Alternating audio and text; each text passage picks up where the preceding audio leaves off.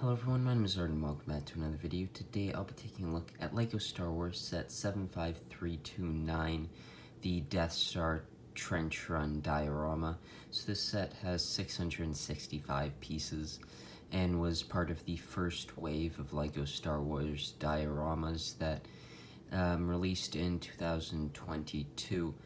Of course, up till now, 2023, there has been 5, with a couple more, or at least one on the way with the Boonta Eve pod racing diorama. This has been currently the only one to not include a minifigure, but it continues or keeps the similar designs of having the diorama base and then built up from there.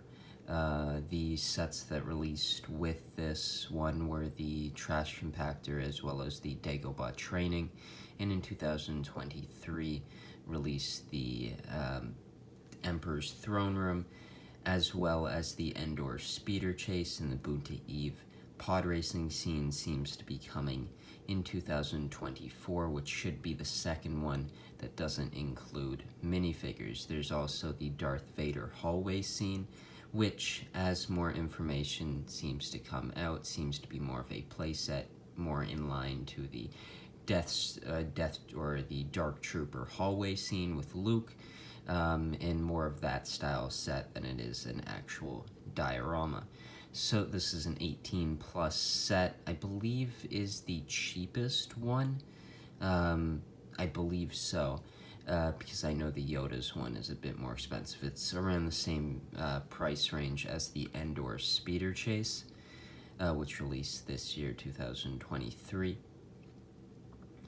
This one, I think, if I was to rank the 3 of this year, I'd probably put this one second, with the Yoda's Dagobah Training probably at number 1, then this one, then I think the Trash Compactor, even though I absolutely love that Trash Compactor. It's not the best looking thing in the world, it's a trash compactor, it's not going to look great, but the function of it closing, it's obvious that it should be included. It just weirdly impressed me so much. This one is interesting. I believe I got this, or bought it for May 4th, I think it might have been. I can't remember exactly when I bought this, but I bought it, I believe, to get some sort of Star Wars promo. And I believe this was the first diorama set that I built.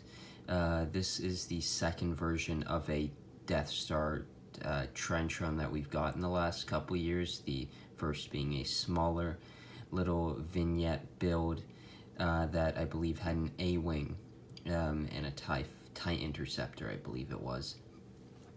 This one, you've got Luke's X-Wing noted with that printed R2-D2 tile, which is a really cool print, as well as the 2 TIE Fighters, as well as Darth Vader's TIE, which I'd love to see an updated UCS version.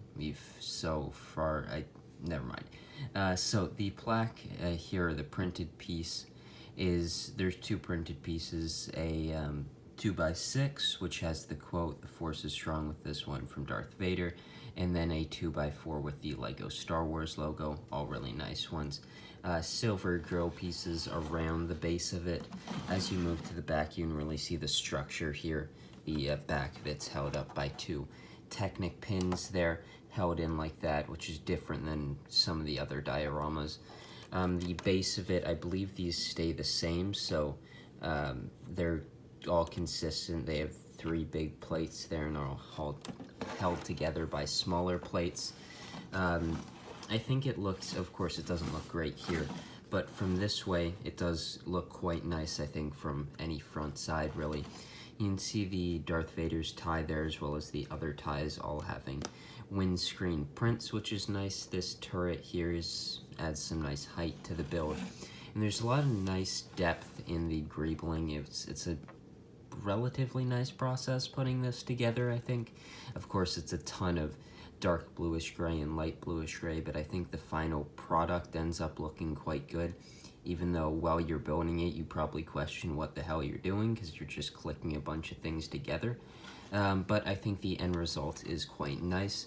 all the ties are held up with transparent pieces, same for Luke's X-Wing, as well as the thrusters shown with the, or I don't know exactly what would be shown there with that blue stud, but I think that looks alright as well.